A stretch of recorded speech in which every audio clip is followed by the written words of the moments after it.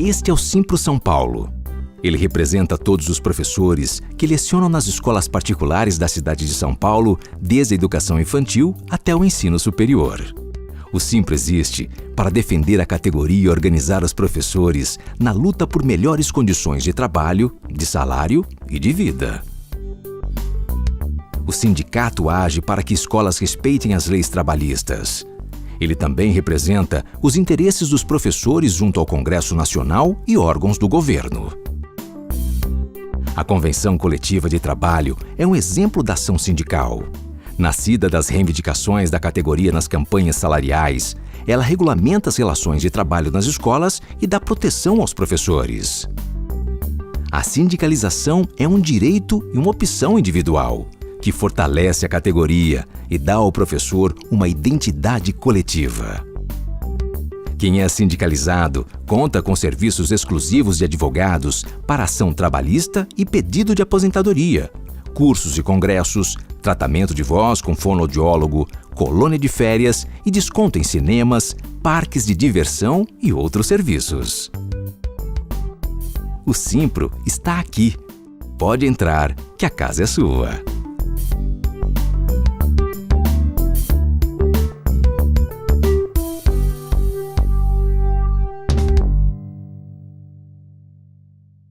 Olá, sejam muito bem-vindas, sejam muito bem-vindos a mais um projeto do Simpro Cultura.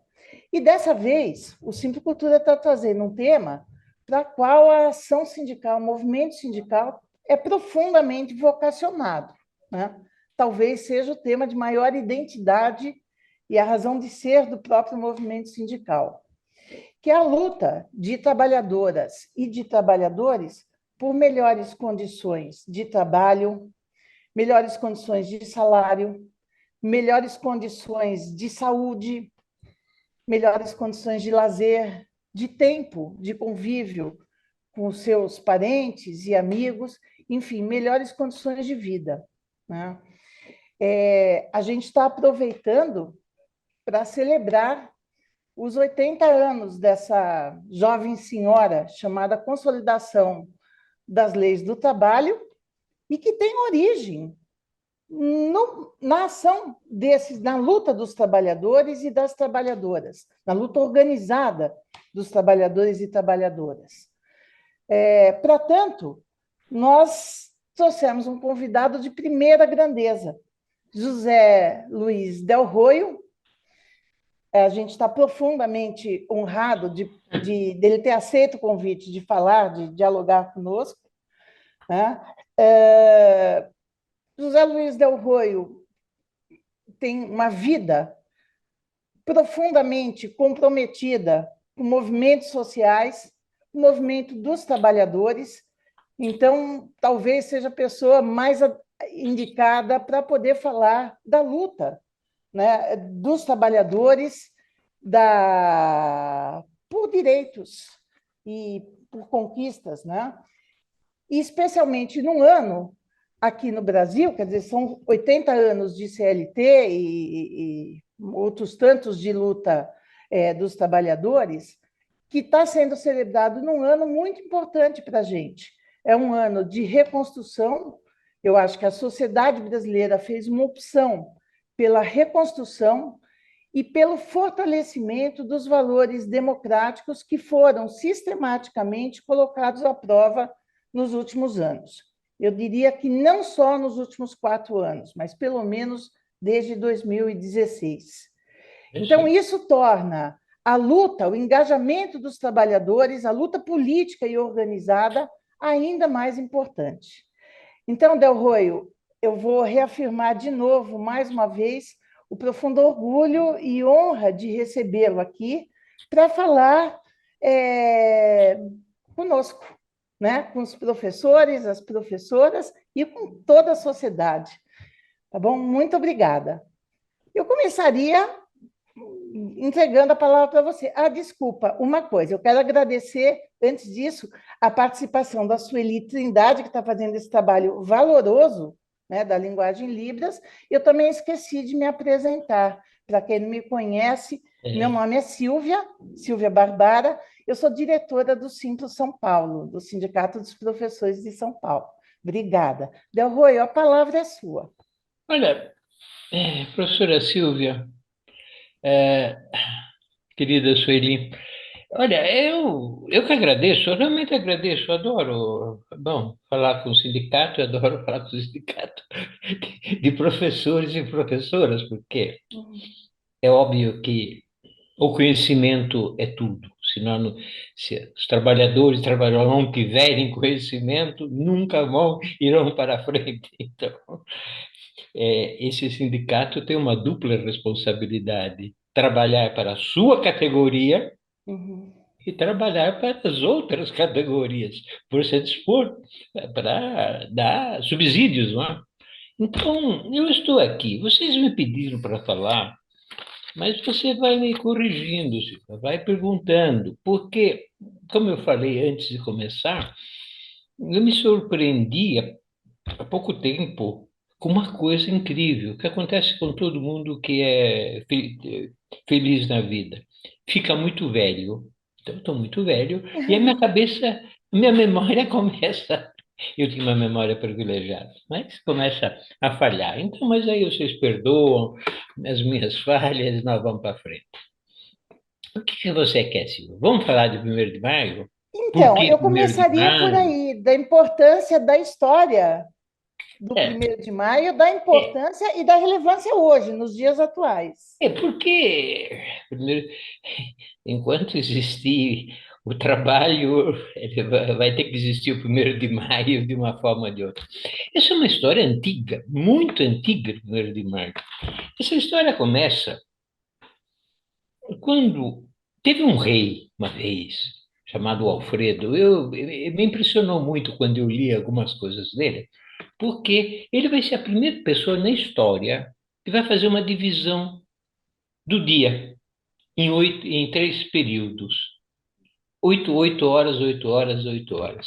Isso no século IX, imagine, há 1.100 anos atrás, mais ainda, 1.100 anos atrás, ele faz essa divisão, você vai dizer, mas é óbvia. Não, não é óbvia, não tinha relógio, eles não sabiam contar os horários, era o dia e a noite.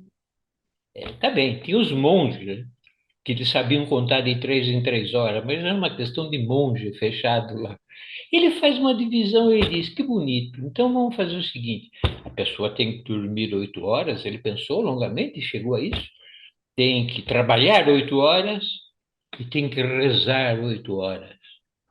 Ele era um santo, não é? Paciência. Mas ele tem a curiosidade de ter dividido o tempo.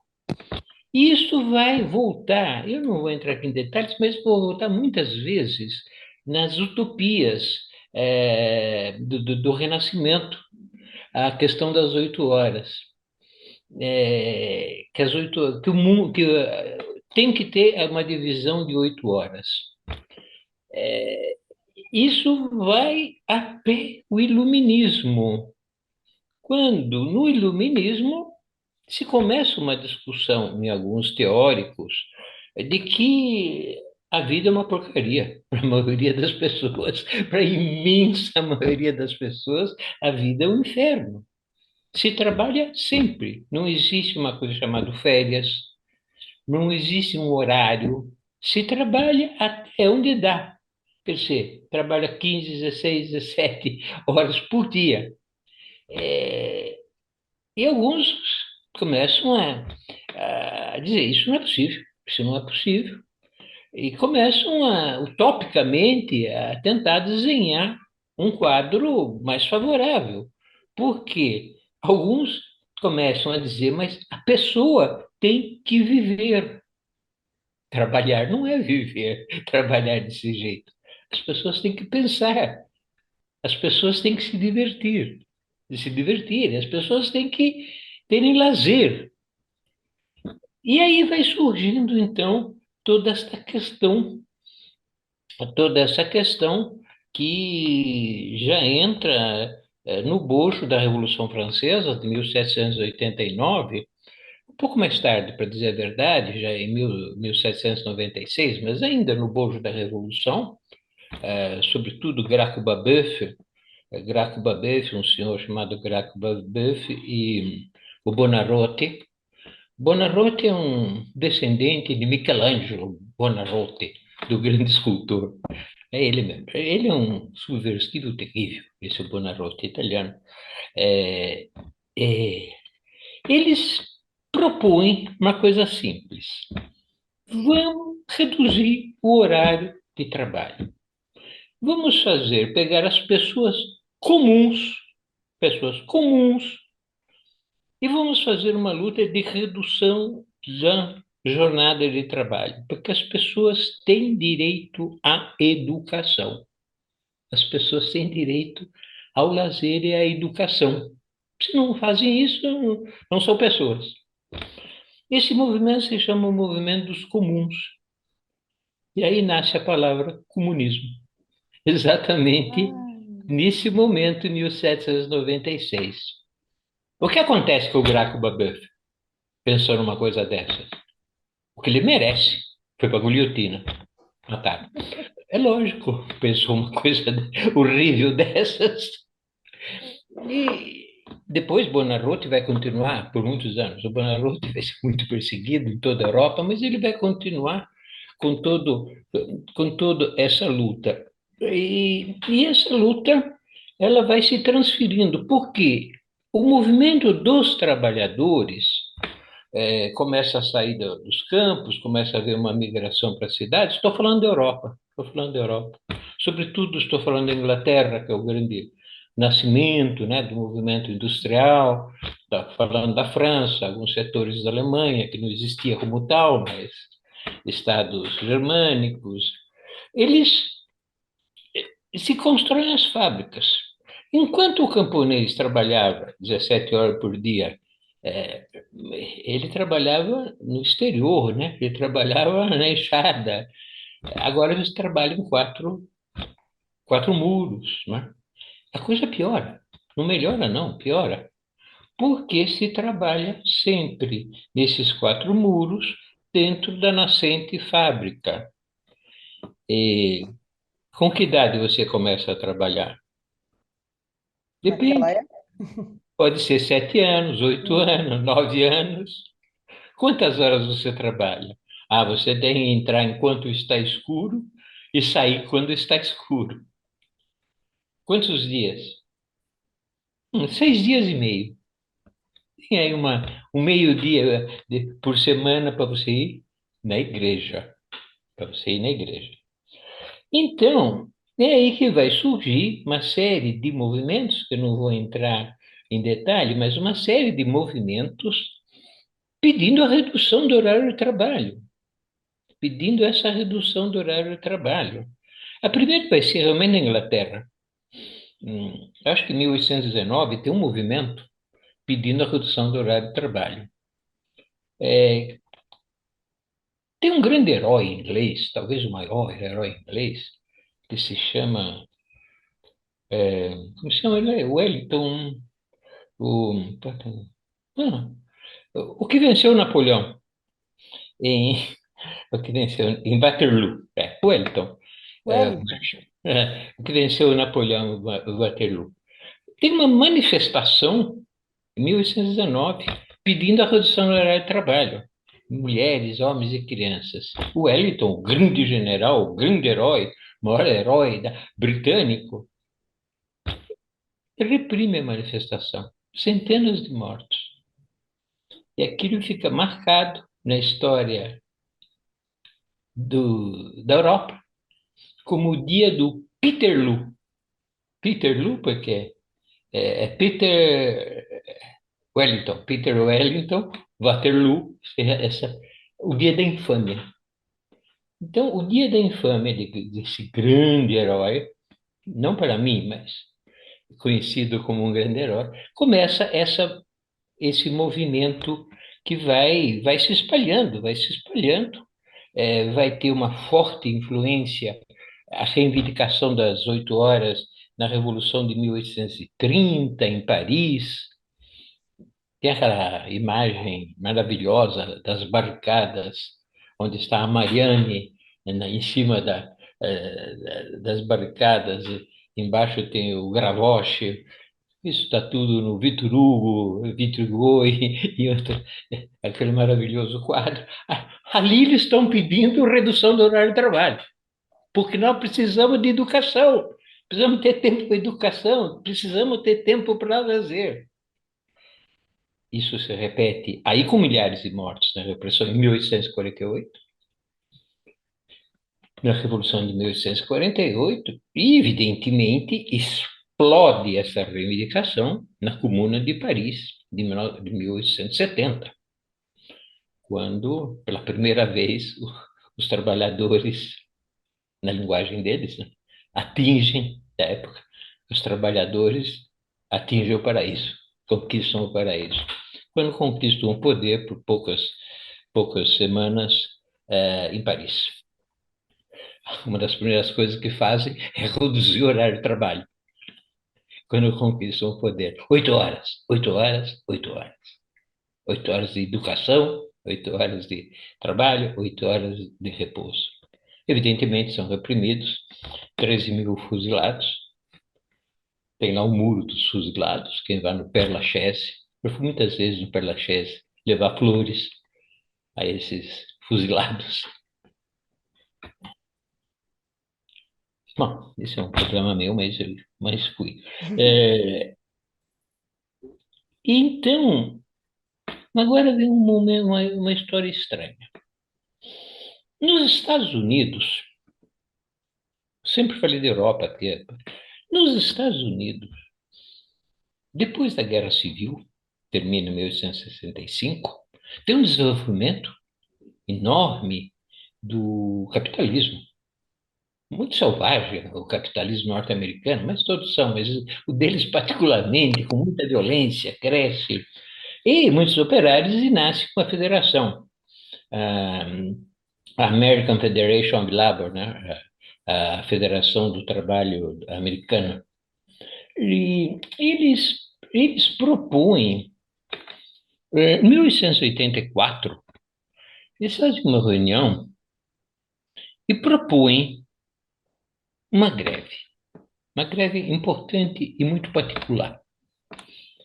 Em 84, eles vamos fazer uma greve do seguinte forma: nós entramos no trabalho, mas depois de 8 horas nós saímos.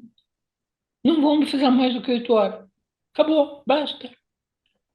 E eles que lançam os cartazes e as faixas: 8 horas de trabalho, 8 horas de educação, 8 horas de repouso. E eles trabalham muito e fazem essa greve. Essa greve, essa greve que vai ser para o dia, eles marcam para o dia 1º de maio, para o dia 1º de maio de 1886. E vai acontecer em várias cidades industriais. É basicamente um movimento industrial de trabalhadores. Vai acontecer na cidade de Chicago. Chicago é uma cidade alucinante, grande, com 500 mil habitantes, para a época já era grande. Só tem chaminé, só tem operário, uma grande bagunça. Mas eles fazem, e eles saem em manifestação das fábricas ou das casas, com as crianças na frente, pedindo as 8 horas. Evidentemente, a repressão se desencadeia. Muitos mortos. Então, eles convocam uma nova manifestação, 2, 3 dias depois, sempre em 86, né? E aí que a situação fica muito grave. Explode uma bomba entre os policiais. Então, a polícia massacra. Não se sabe quantos mortos. Dezenas de mortos. Muitos mortos. Só que os corpos desaparecem, a polícia desaparece com os corpos, um banho de sangue, e, posteriormente, os principais líderes da manifestação, que é o Parson, o Engels, Fischer, o Ling, o Spy, são líderes anarquistas. Na época, eles são anarco-sindicalistas. Eles são liderados, foram presos e foram condenados à morte, julgados. Eles não tinham culpa nenhuma de nada, a não ser de ter feito uma greve, mas os acusaram de tudo. Eles foram enforcados no 11 de novembro de 1886. 20 anos depois, o governo, o governo local, né, nos Estados Unidos, chegou à conclusão que o processo foi totalmente falso. A bomba que explodiu tinha sido da polícia, não tinha sido dos operários, e eles foram reabilitados, mas às alturas já estavam enforcados há 20 anos. Eram grandes líderes. E isso marcou muito esse massacre, essa greve atípica de entrar e sair depois de 8 horas, marcou e ficou marcado esse dia, 1º de maio, 1º de maio. Mas ainda era uma coisa norte-americana. Mas a American Federation, quer dizer, a federação, eles decidem fazer, muitos anos depois, né? Muitos anos, 4 anos depois, né? Eles decidem fazer uma outra greve do mesmo tipo, que seria no 1º de maio de 1890. Vão fazer, repetir essa greve, agora, 1º de maio de 1890. Você me pergunta, por que 1º de maio? Bom, ninguém sabe por que 1º de maio. Eles, nos registros, eles não escrevem, porque eles decidem o dia 1º de maio. Provavelmente porque fosse, em algumas regiões dos Estados Unidos, fosse o dia de renovação de contrato. Então, era um dia de certa mobilização obrigatória, mas não é seguro. Em 1890, então, eles dizem, vamos fazer uma nova greve. Tá bom, até aí está tudo bem. Vamos voltar para a Europa. Em 1889, faz 100 anos da Revolução Francesa, da Grande Revolução, grandes festas, grandes manifestações, se reúnem os partidos, se reúnem os partidos e os sindicatos de trabalhadores, fazem um congresso, no dia 14 de julho, obviamente, né? Dia pega a Bastilha nas mãos. Se vai lá e se reúne, um calor desgraçado. Eu digo com valor desgraçado porque todos eles escrevem, os que escreveram memória falam desse calor. Eles estão numa sala, 400 delegados e delegadas, tinha bastante mulher, e eles estão lá discutindo, se matando, corrente, não corrente, e criam a Internacional Socialista, criam a chamada Segunda Internacional. Criam a Segunda Internacional, e no dia 19, todo mundo morto, depois de 4, 5 dias de briga, e reunião sindical, e reunião política, reunião de partido. Eles estão exaustos, vão para terminar. Quem vai muito a reunião desse tipo, a gente conhece como é. Realmente você está morrendo, querendo se matar, se jogar pela janela. Aí levanta lá ele é baixinho, levanta um senhor que ninguém conhece bem. O senhor, ele vai ficar famoso, mas ninguém conhece. O Raimundo Lavigne, ele é da Bélgica. Ele levanta e diz, mas eu quero fazer uma proposta no final. Tá bom, faz a proposta.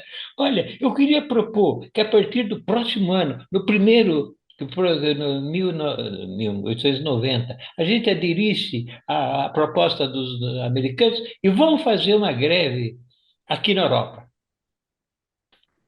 E ele prestou atenção, todo mundo bateu palma, então se considerou aprovado. Mas até esqueceram. A maioria dos delegados esqueceram disso.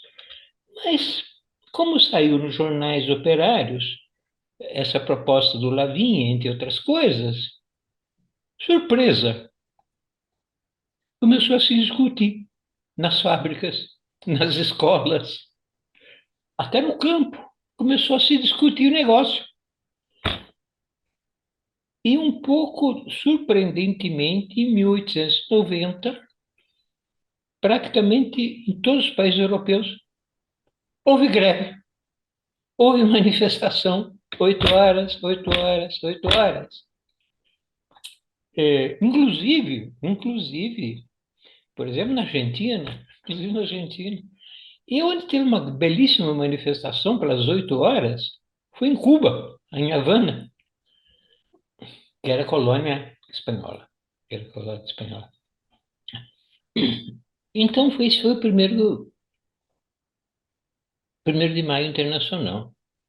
Aí a internacional, bom, já que é assim, vamos fazer isto para sempre. Vamos fazer uma coisa mundial e um dia de luta.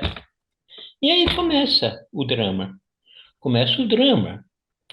Porque realmente em 1891, 1892, 1893, vai crescendo esse movimento. Vai crescendo. E passa a ser um dia de choque, que se prepara durante meses.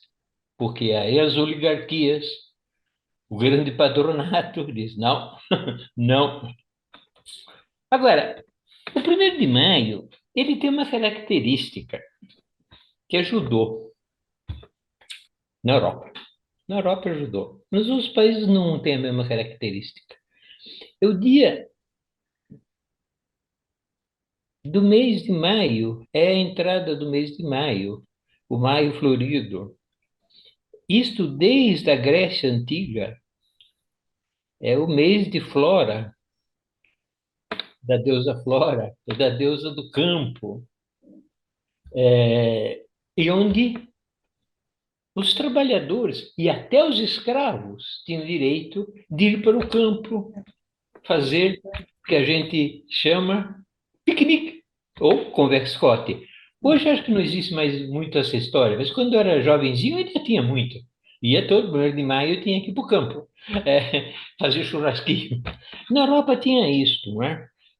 E tinha uma série de alusões ao trabalho, uma festa bonita, uma festa bonita. Isso ajudou essa ligação, porque muitos dos trabalhadores da cidade, obviamente, eles vinham do campo. Então, essa ligação. Então, as manifestações eram feitas em cidades, mas também nos campos. E isso fez crescer demais. Nos Estados Unidos, infelizmente, a repressão foi tão violenta, permanente, que os Estados Unidos não conseguiu manter o 1º de maio. Não conseguiu manter. Hoje é um dos poucos países que não existe o 1º de maio. É onde ele nasceu. Agora não existe. Mas na Europa toda se espalhou. Em 1900 e... Bem, eu não vou contar a história de sistemática repressão, que foi desse choque continuado. Em 1914, começa a guerra fratricida, a primeira chamada Primeira Guerra Mundial na Europa, né? Um massacre terrível. E se suspende o 1º de maio, porque a classe operária, basicamente, se envolve com o chauvinismo das burguesias. Então, estamos em guerra. O operário alemão está em guerra contra o operário francês, e o italiano contra o austríaco. É impossível um 1º de maio assim. Mas depois eu vou contar do Brasil. Mas, em 1918, 1917, tem a Revolução Soviética, né? Tem a Revolução de Fevereiro de 17, depois a Revolução de Outubro de 17, na Rússia czarista. E em 1918, no 1º de maio, na Rússia, é declarado feriado. Feriado é o primeiro feriado. Quer dizer, 1º de maio é um dia feriado. É o dia de luto, dia do luto, pelos que morreram combatendo pela redução do horário de trabalho. É o dia de luta, porque as conquistas não são todas, não se conseguiu ainda, tem que continuar lutando. É um dia de festa por tudo aquilo que nós já conseguimos. Então, ele é o primeiro país a declarar isso. Isso tem um impacto muito forte. O impacto é tão forte que para as pessoas morrerem nas trincheiras aos milhões, como morreram na Primeira Guerra Mundial, eles tiveram que fazer promessas à classe operária. Tiveram que fazer promessas. Porque, em geral, o camponês ia pouco para a guerra.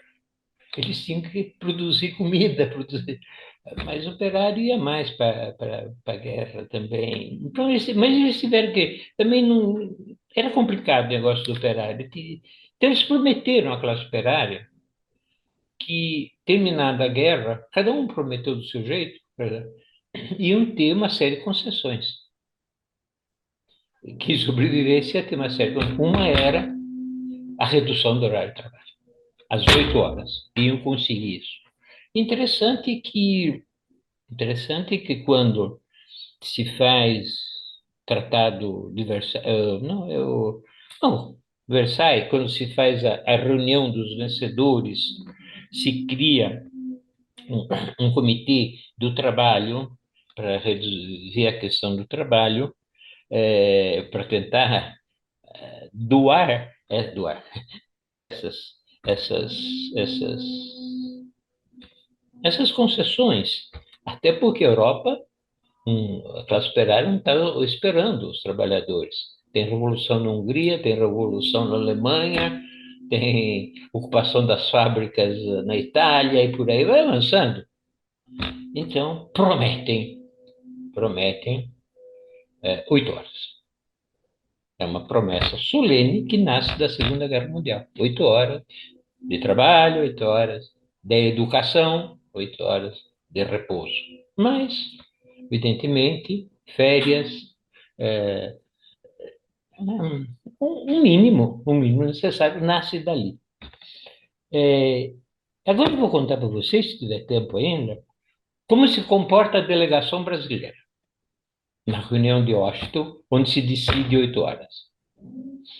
Mas antes disso, eu vou contar o seguinte. Bom, no Brasil, querido, era difícil lutar pelas 8 horas. Se até 1888 você é escravista. Quer dizer, a base do trabalho é escravo. Como é que você vai lutar pelas 8 horas? Você tem que lutar pela abolição. Quer dizer, é muito difícil essa questão. O Brasil é muito atrasado, é escravista. Então, quando chega a República, quando chega a abolição, mas que imediatamente chega a República, aí se começa a discutir. Eu até gostaria de ler um pedacinho, que é tão divertido, se eu conseguir, porque, porque revela a situação difícil das trabalhadoras e dos trabalhadores brasileiros. Acho que está aqui. Quando se faz a República, tem os positivistas, tem alguns positivistas, vou chamar progressistas de esquerda, eles tentam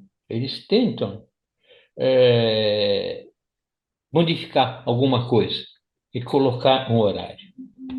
Mas acaba se conseguindo só um decreto assinado pelo Marechal Deodoro, primeiro presidente da República, né? De 17 de janeiro de 1891. Olha que interessante, eu vou ler para vocês. Prevê-se a demissão de trabalho fabril, que o trabalho fabril seja exequível apenas ao partir dos 12 anos completos. Isso é uma lei avançada. Agora você só pode trabalhar na fábrica se tiver 12 anos, não mais 7, tem que ter 12. Olha que avanço. Salvo se você for aprendiz nas fábricas de tecido, onde será permitido trabalhar a partir dos 8 anos completos. Nossa. Eu estou lendo uma coisa verdadeira, uma lei, considerada avançada. Mas poderá trabalhar se tiver a partir dos 8 anos, pode trabalhar só 6 horas por dia. Entre 12 e 15 anos, pode-se trabalhar somente 9 horas diárias. A partir dessa última idade, 15 anos, não tem mais limite de horário de trabalho. Essa é a nossa primeira lei social. Bom, eu já disse tudo, né? Eu não vou continuar aqui dizendo as leis, mas evidentemente, como também no Brasil começa a nascer, as cidades começam a crescer, começa a urbanização, aumenta o número de fábricas, aumenta o número de eh, profissões correlatas, também professores, porque começa a ter colégio, começa a ter escola primária, tem que ter um mínimo de cultura, de educação. Começa uma briga. O que é isso? Essa situação não pode continuar. E no Brasil, nós tentamos, aqui, os nossos bravos avós tentaram fazer o 1º de maio, já em 1890. Já no primeiro ano eles tentaram. Não conseguiram, obviamente. Em 91 eles tentaram. Saiu um jornal, 1º de maio, em italiano, porque era em São Paulo. Em São Paulo, os jornais eram, a maioria dos jornais eram escritos em italiano, não em português, naquele momento. E saíram. E em 1894, houve uma tentativa mais corposa de fazer uma organização. Se reuniu, estava se tentando criar um partido socialista, tinha os anarco-sindicalistas, tinha várias tendências, vamos assim chamar, anarquistas, se reuniram, começaram a preparar, iam fazer um belo 1º de maio, finalmente, 1894. Mas tinha um espião italiano no meio. A polícia italiana trabalhava muito aqui, porque a maioria dos trabalhadores fabris eram italianos. Então, olho neles. E a polícia os prendeu. E eles foram todos deportados lá. E, na época, só para quem não sabe, era deportado por Iapoque, quer dizer, Amapá. Ser deportado no Amapá em 1894, 95, quer dizer, é morte. Não tinha nada, absolutamente nada, mas tinha muita malária e muita febre amarela, né? Bem, mas em 1895 nós temos a primeira realização do 1º de maio no Brasil. É isso que a gente tem que festejar e não esquecer. Eu tenho que pedir aos sindicatos que sabem disto, que talvez a gente tenha que,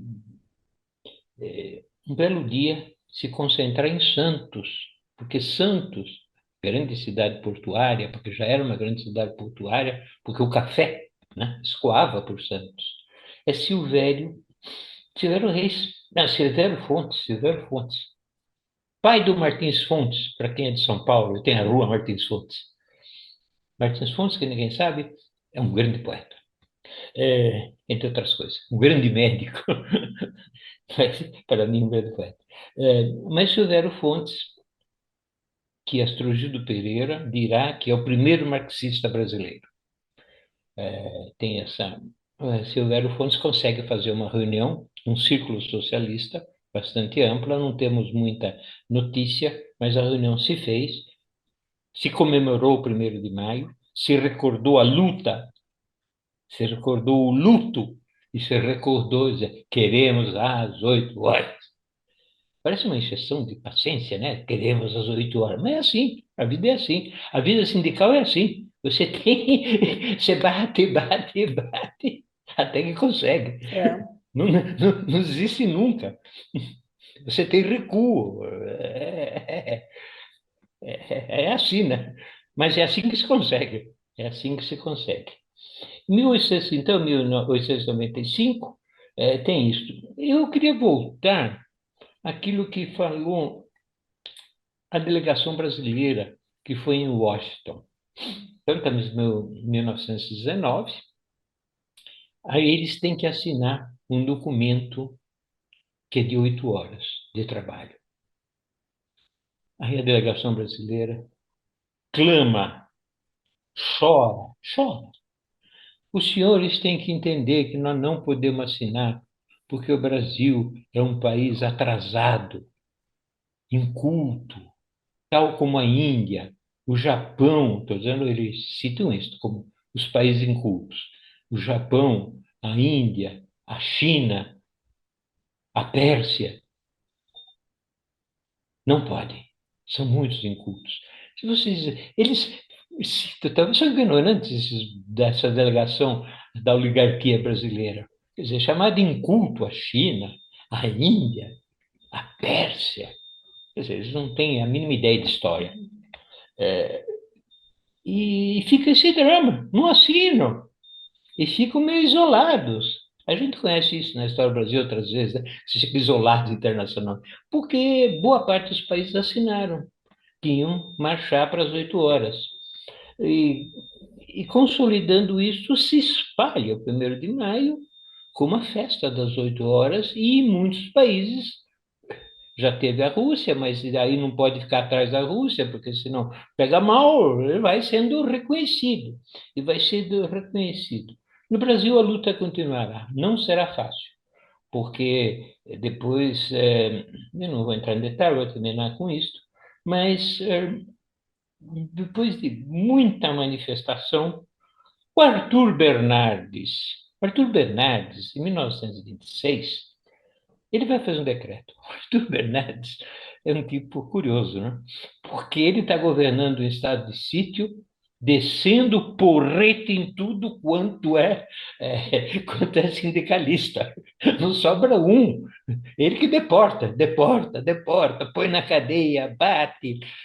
Até porque tem um movimento tenentista, surgiu a Coluna Prestes, vai ter a Revolução, vai ter o movimento de 1824, depois a Coluna Prestes. Está uma zorra o país, e ele reprime de tudo quanto é lado. Mas ele decide, no decreto 21.364, não, é um outro. Não, é um outro. Ele decide, em 1926, quero ler também, porque é delicioso, eu consigo achar. Ai, ai, ai, ai, ai. Ele, 26 de novembro, ele faz um decreto, é importante. É considerado feriado nacional, o dia 1º de maio. Pumba, finalmente.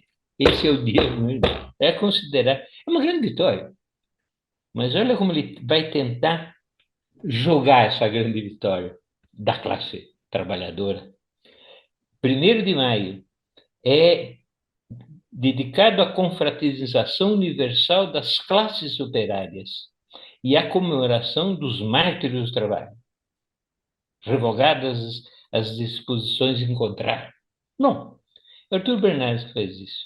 Mas depois ele especifica bem a significação que essa data passou a ter nos últimos tempos, consagrando-se não mais a protestos subversivos, mas a glorificação do trabalho ordeiro e útil. Você vê que ele joga aí, né? Viva, viva, é dia, mas só no trabalho ordeiro e útil, sem subversivo, sem subversivos. Você falou sobre Santos Sim, agora há pouco. Qual é o sim. papel de Hã? Santos nessa luta aí pelas 8 horas, pelo 1º de maio, na verdade? Você citou Santos. Sim. E citei o Silvério Fontes, Uhum. que foi quem organizou a primeira manifestação pública não reprimida, porque tinha sido tentada até ali, mas não se conseguiu. 1895, Tá. o Severo Fontes são vários, temos toda a lista dos que trabalharam, sério, mas foi feito em Santos, entende? Tá. Num círculo socialista. Ele existe ainda. Só que o meu comentário foi que eu acho que nós devemos, um desses anos, nós darmos um valor maior a essa data, fazer algo mais consistente em Santos, porque também é uma grande cidade com muita história de luta e de repressão, É, Silvério Fontes era médico, de profissão, era médico e professor. E professor, é professor de medicina. E, então, acho que a gente teria que valorizá-lo algum dia, mas isso é uma opinião minha, mas acho que é sensata, né? Ninguém vai ser contrário, é sensata. E então, dia 27, então, em 1926, eis que nasce o 1º de maio. O 1º de maio. Agora, com uma curiosidade: 1º de maio, festa nacional, mas sem redução do horário de trabalho. É uma contradição, porque o 1º de maio nasce para a redução das 8 horas. Isso nós vamos conseguir, nós, nossos avós, vão conseguir somente em 1932. Aí sim, o decreto 21.364 de Getúlio Vargas. Getúlio Vargas, já começando uma oposição muito forte, né, da direita aqui em São Paulo, por exemplo, ele decide ganhar apoio entre os trabalhadores e trabalhadoras e faz o decreto das 8 horas. Na verdade, são vários decretos. Este de maio de 32 é para o que ele chama as classes industriais. Mas vai ter também os comerciários, vai ter as outras. Então, podemos considerar 32 como legalmente, 8 horas de trabalho, 8 horas de lazer ou de cultura, 8 horas de repouso. Com uma grande mancha, com um pecado imenso. Isso vale para as cidades. Os camponeses vão ter que esperar até 1962, quando o Jango vai começar essa batalha lá no campo. Mas é isso, o 1º de maio. Eu falei demais. Se quiser alguma pergunta, só me manda embora. Não, de jeito nenhum. Eu fiquei pensando o seguinte: então, o 1º de maio ele tem uma relação muito intensa com a questão da jornada, né? Sim. Para o trabalhador, o tempo é uma questão central, né? Lógico. Era nos primórdios da Revolução Industrial, antes dela, né? Você chegou até o século IX, mas é principalmente hoje. A tecnologia, de certa forma, ela está colocando a questão do tempo de trabalho, mais uma vez, como uma reivindicação central, na medida que, de um lado, a tecnologia joga trabalhador para fora do mercado formal de trabalho, mas, do outro, intensifica o trabalho daquelas pessoas que continuam no mercado. Queria que você comentasse um pouco isso. Como agora, no século XXI, diante dessa aceleração aí da tecnologia, a questão do tempo tem sido um desafio maior, talvez maior ainda para os trabalhadores. Bem, Pela intensificação do trabalho, talvez. nós temos um ultra neoliberalismo, liberalismo mundial, né? E primeiro tenta roubar o tempo do trabalhador. Quer dizer, é uma ofensiva para roubar esse É tempo lindo. a cada minuto. E inventam formas hábeis que você cai na armadilha. Eu não sei como é a vida de vocês, professores, hoje, mas imagino que seja, para uma grande parte, um inferno. Porque você tem a escola e tem o trabalho em casa, porque você tem a maquininha aqui que eu estou, o computador, outras coisas, você fica respondendo alunos, fica respondendo a direção da escola, o dia e noite, você fica ocupado. Alguns professores conhecem, estão morrendo. Quer dizer, ou vão ouvir esse papo meu aí de 8 horas de lazer, eles estão loucos. Não tem mais. É uma ofensiva reacionária, não da tecnologia, porque a tecnologia ela quer, é inerte, deve agir como... Mas ela é feita para reacionar, eu digo, porque é recuperar o sangue, o suor das trabalhadoras e dos trabalhadores de forma total, de forma total. Nós temos que lutar muito contra isso, entende? A, a adoração à tecnologia é perigosa. Nós não podemos, porque ela te submete, porque tem alguém atrás que não é tecnologia, tem cérebro, aliás, tem um grupo ávido de te roubar, ávido.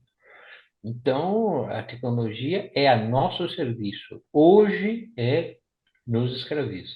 Eu sou escravizado por ela. Imagina quem está nativa atualmente. Então, nós temos essa complicação, sim, temos essa complicação. E tem outros tipos, mas está ligado à tecnologia. Quanto? 1,5 milhão. Vamos pensar 1,5 milhão de trabalhadores de aplicativos na sua. Ele trabalha sempre, até onde dá. Realmente, às 17 horas para ele, ele voltou a trabalhar às 17 horas. Porque se não trabalhar, isso não come, não dá. Porque o algoritmo é cruel. Se você não está trabalhando aquilo, ele volta para trás e você começa a perder.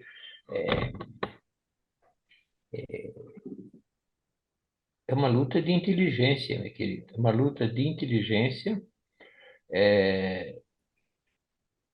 Quando se dizia 8 horas de estudo e lazer, isso nós temos que recuperar para estudar, inclusive, as novas tecnologias e pô-la a serviço das trabalhadoras e dos trabalhadores. É a nosso serviço. Hoje é um instrumento de escravidão, ou tende a ser. Não em todos os lugares, mas em muitos, sim. É uma discussão complexa, longa, talvez. Gostei da expressão, o capital, na verdade, rouba o tempo do trabalhador. Né? É como se as 8 horas de 888 virasse hoje uma pauta central na luta do movimento sindical, inclusive. Uma dificuldade maior que é a regulamentação desse trabalho ultra flexível, né? É isso que faz o tempo, se expande o tempo do trabalho para além do local de trabalho, leva para casa, enfim. E isso, muitos críticos apontam que são essas transformações que fazem a nossa consolidação das leis do trabalho estarem, entre aspas, envelhecidas. Queria que você comentasse um pouco da importância da CLT, do papel do movimento de trabalhadores na construção, né, que levou à consolidação, as primeiras leis trabalhistas e depois a consolidação das leis, na ampliação do direito, enfim. Em suma, eu comentei, né, que a luta no Brasil é bastante áspera.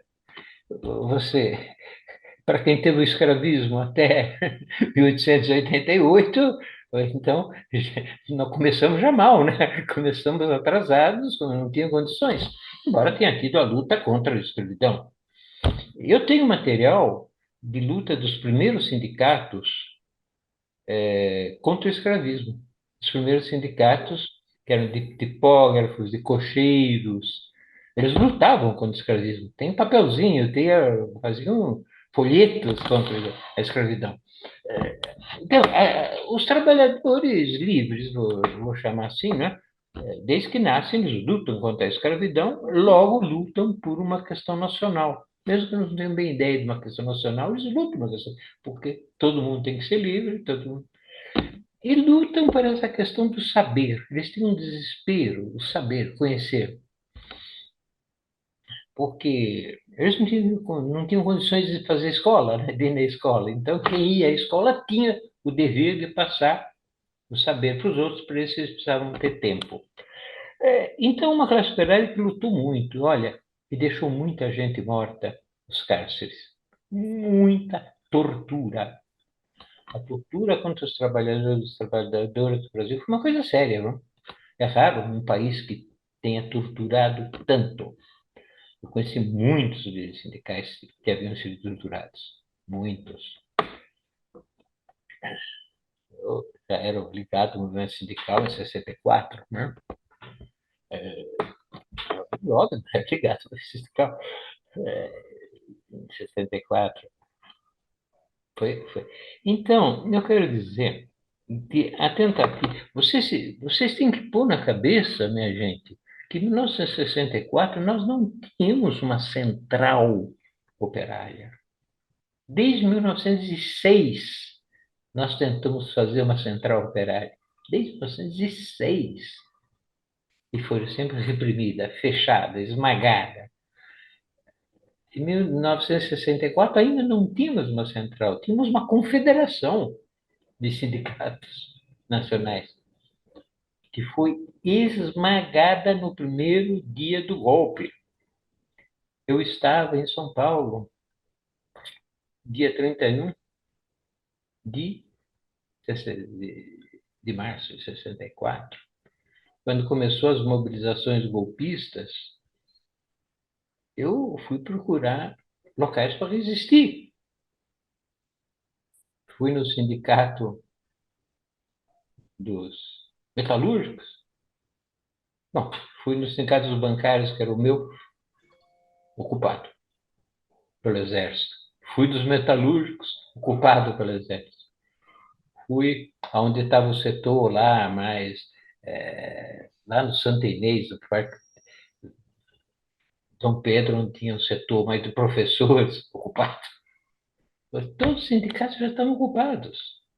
O golpe tinha levantado rigorosamente todos os sindicatos. Nas primeiras horas foram invadidos e colocaram um coronel como interventor. Por que eu estou falando tudo isso? Para valorizar a luta, como foi dura, e como é o ódio contra os sindicatos. Às vezes parece que não, mas cuidado que se você olha bem, cuidado. Então, o sindicato, a gente não teria esse Brasil com todas as suas dificuldades, mas o que tem de avançado, grande parte se deve ao comando sindical, com todos os erros, todas as dificuldades, todas as divisões.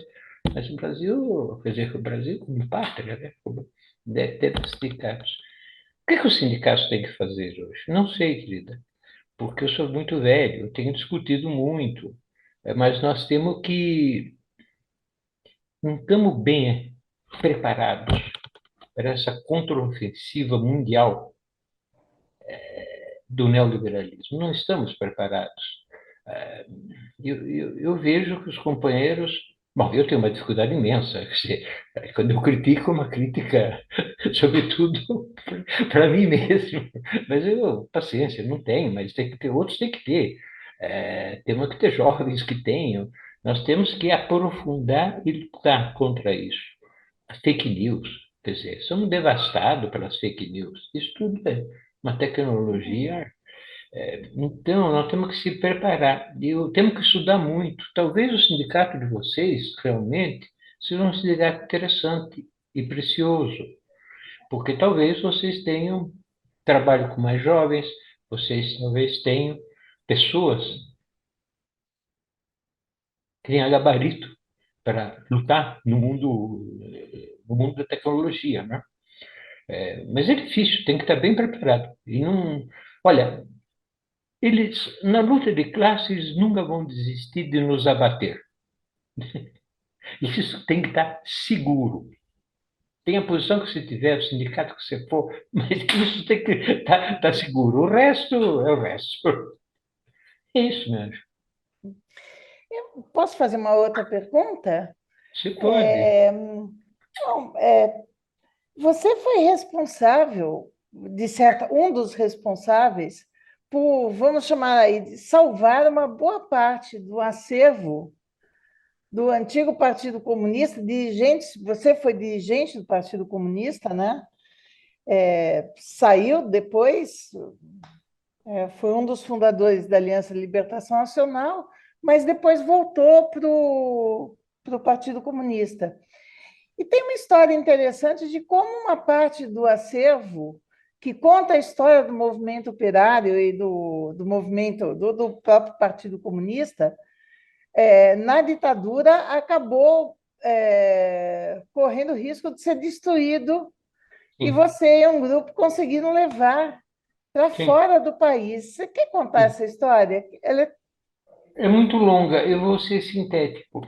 O problema é que eram os arquivos, não foi só os arquivos de astrologia do Pereira, que é o fundador do Partido Comunista. Então, eh, nós, nós temos também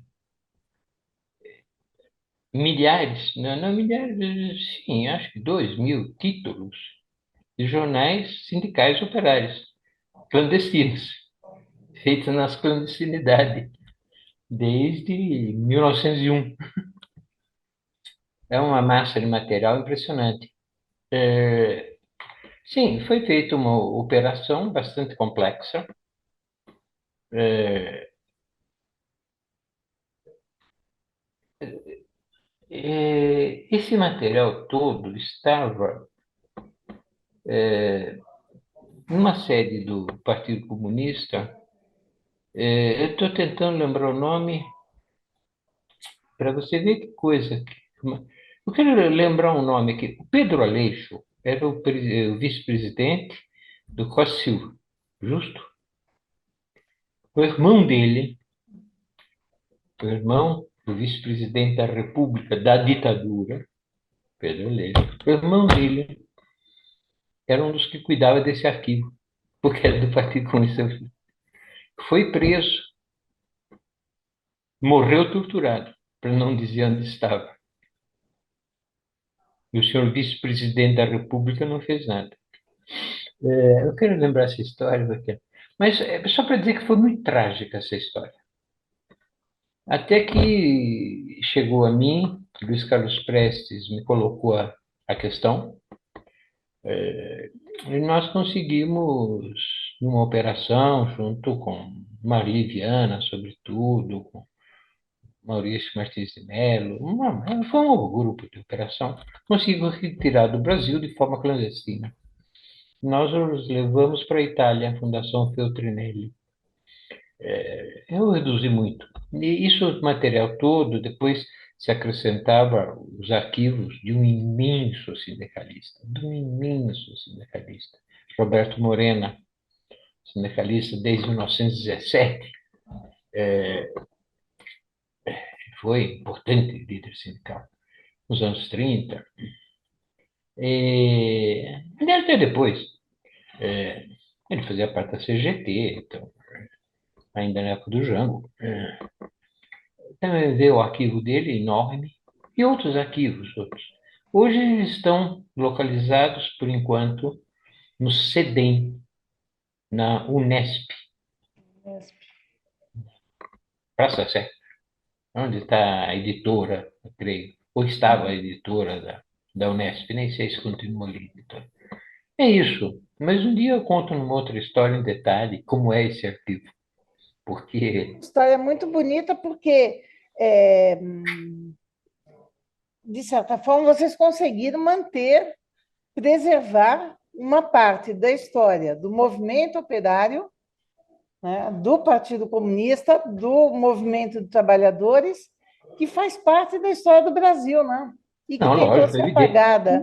Eu sou pretensioso, não é que faz parte da história do Brasil, faz parte da principal fatia da história do Brasil. Porque Hum, se você vai falar só de coronel latifundiário, bom, aqui está a história do trabalhador e do trabalhador. uhum, perfeito. Claro, é que constrói, né? Uhum. O resto, o resto.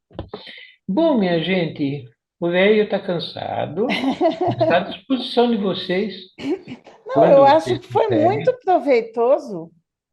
Não E, sei se você quer colocar mais alguma coisa, mas não, a eu gente acho que hoje poderia está bom, encerrar mas eu, por como eu aqui. digo, eu posso contar muita coisa. Basta chamar É, um dia, eu venho, falo. Não tem problema. Agora eu vou ficar 30 e poucos dias na Europa. É. Depois também me pode telefonar a qualquer hora, por internet, é a mesma Tecnologia coisa. ajuda para isso, É né, a Del mesma Rey? coisa. Se eu estou lá, eu estou aqui, não muda nada. Bom, Eu estou à disposição do Simpro, meu Deus do céu, como tá estou. certo.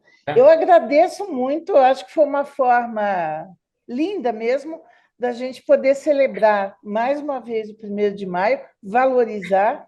Eu volto a falar que a gente está vivendo no país aqui um momento muito especial e que torna a reafirmação da luta dos trabalhadores ainda mais importante. No processo de reconstrução do país, de valorização das instâncias democráticas, né? É um Se não desafio grande. tivermos um movimento sindical e o movimento das trabalhadoras e trabalhadores, como você justamente falou, como eu sou velho, eu falo sempre trabalhadores, mas das trabalhadoras. Bom, você leu Não, aqui me 1917, obrigam. eu insisto, né, que eram as mulheres que fizeram aquela greve, que é verdade. Então, se não for isso, não vamos ter essa democratização avançada e Uhum. social que nós precisamos. Não vamos ter. É porque não vai ter suporte, né? São os trabalhadores da Câmara, da cidade, nas suas desgraças aí tecnológicas, que vão ter que fazer isso. Eu estarei com o movimento sindical, pelo menos assim, enquanto tiver forças, eu estarei lá. Mesmo que eu não me queira, eu estou lá. Vão querer sempre. Tá bom, então, mais uma vez, eu agradeço você, Del Roio, agradeço o trabalho primoroso da Sueli, que não deve ser nada fácil, Pois né? é, 1 hora coitadinha. tem que ter um nível de concentração, uma habilidade absurda.